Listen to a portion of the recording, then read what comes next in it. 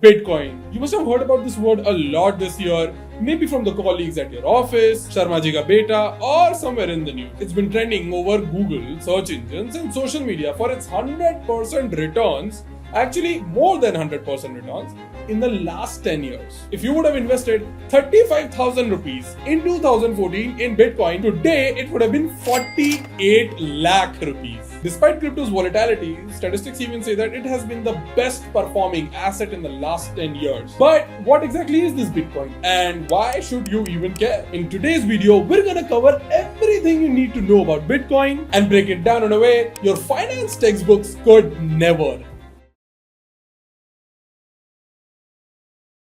To understand Bitcoin, let's go back in time. No, not through a time machine. Let's just understand how our ancestors used to trade money. Just imagine a world without money in it. Let's say you're a farmer in that world and you grow a lot of wheat, but you need some shoes. So you find a shoemaker who needs wheat and has some extra shoes. And then you trade your wheat for their shoes. But what if the shoemaker does not need wheat that day? Or maybe you need a new tool. So in this situation, finding the right person with the right stuff at the right time was extremely difficult. As more and more people started trading with each other, they needed a better way. And that is where money was thought of. Money worked like a universal exchange tool or a translator of value. People could now use money as a tool to trade instead of trading goods directly or finding the right person. This made trading easier and helped businesses to grow. But even money had some problems. The biggest issue? Someone's always in charge of it. That is where centralization came into the picture. Who controls the money supply? What happens when too much money is printed? Usually, it's the government or the big banks. And sometimes they tend to make decisions which aren't great for everyone else. In 2018, Venezuela faced this exact issue. Their government printed so much money that it almost became worthless. Hyperinflation hit hard, and at some point, a simple loaf of bread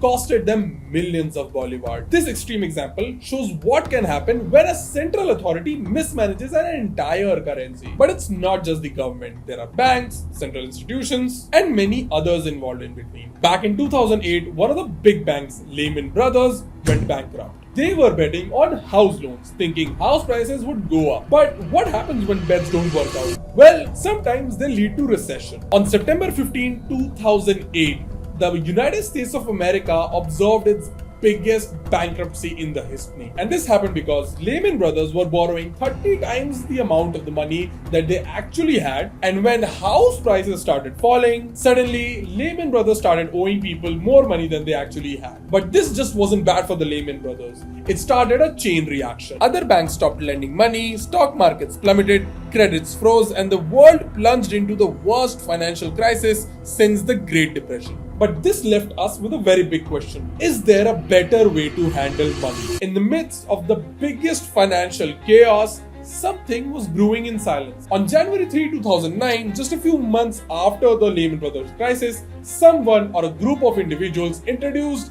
Bitcoin. But in the white paper in which the mechanism of the working of Bitcoin was released, it was observed that Bitcoin was designed to be everything that traditional money wasn't. It was decentralized, which basically means that no single authority could control it. It was a direct response to the financial crisis. But wait a minute. If no one's in charge of Bitcoin, then how does it work? Who makes sure that everyone is paying fair? Bitcoin uses something called as a blockchain, which keeps a record of each transaction which is done on it. Think of Bitcoin blockchain as a notebook in a public library. Anyone who comes to the library can have a look at the notebooks and can see the entries of all the people who read the book before them. Bitcoin operates on the same principle of transparency. The blockchain is a public record-keeping book accessible to anyone, ensuring openness and trust. Just like you need a library card to check out books, you need a wallet to use your Bitcoin. Every time a book is borrowed or returned, librarians accurately add the record to the notebook. In Bitcoin, the role of the librarian is played by miners. Miners verify and add transactions to the blockchain by solving some mathematical equations, and in return of their hard work, they get some Bitcoins. This system makes sure that Bitcoin is secure and no one can cheat or steal. Now, you must be thinking, all of this sounds complicated. Do I need to know all of this to use Bitcoin? The simple answer is No, not at all. Just like you don't need to know how a car engine works in order to drive a car, similarly, you don't have to know the details behind the working of Bitcoin to use Bitcoin. It's just that understanding the basics can help you understand why Bitcoin is so special. Now, you must be thinking, there are so many news associated with the usage of Bitcoin in India, can we even use it? The answer is yes, but with some caveats. First, it's important to understand that Bitcoin's value is quite volatile, and this volatility is what stops us from using it as an everyday currency in our lives. Most people in India and around the world treat Bitcoin as a mode of investment or a store of value rather than currency to be used for daily transactions. As for regulations, the Indian government recognizes Bitcoin as a digital asset and not as a legal tender.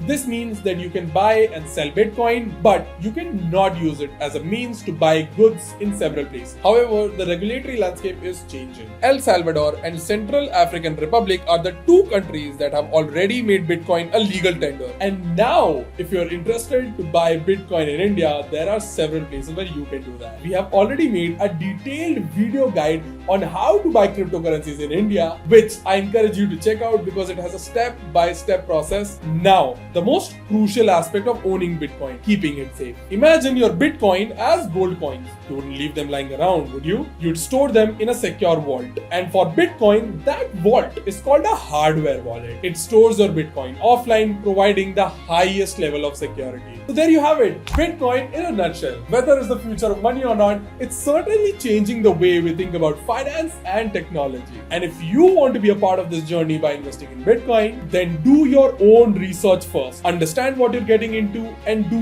not invest more than you can afford to lose. And now, in order to easily buy, add and store your Bitcoin wallet forever, get our material Bitcoin card today from the link in the description below so that you can easily open the box, find a QR code there, scan it, understand how to add Bitcoin and easily add and store your Bitcoin over here forever safely.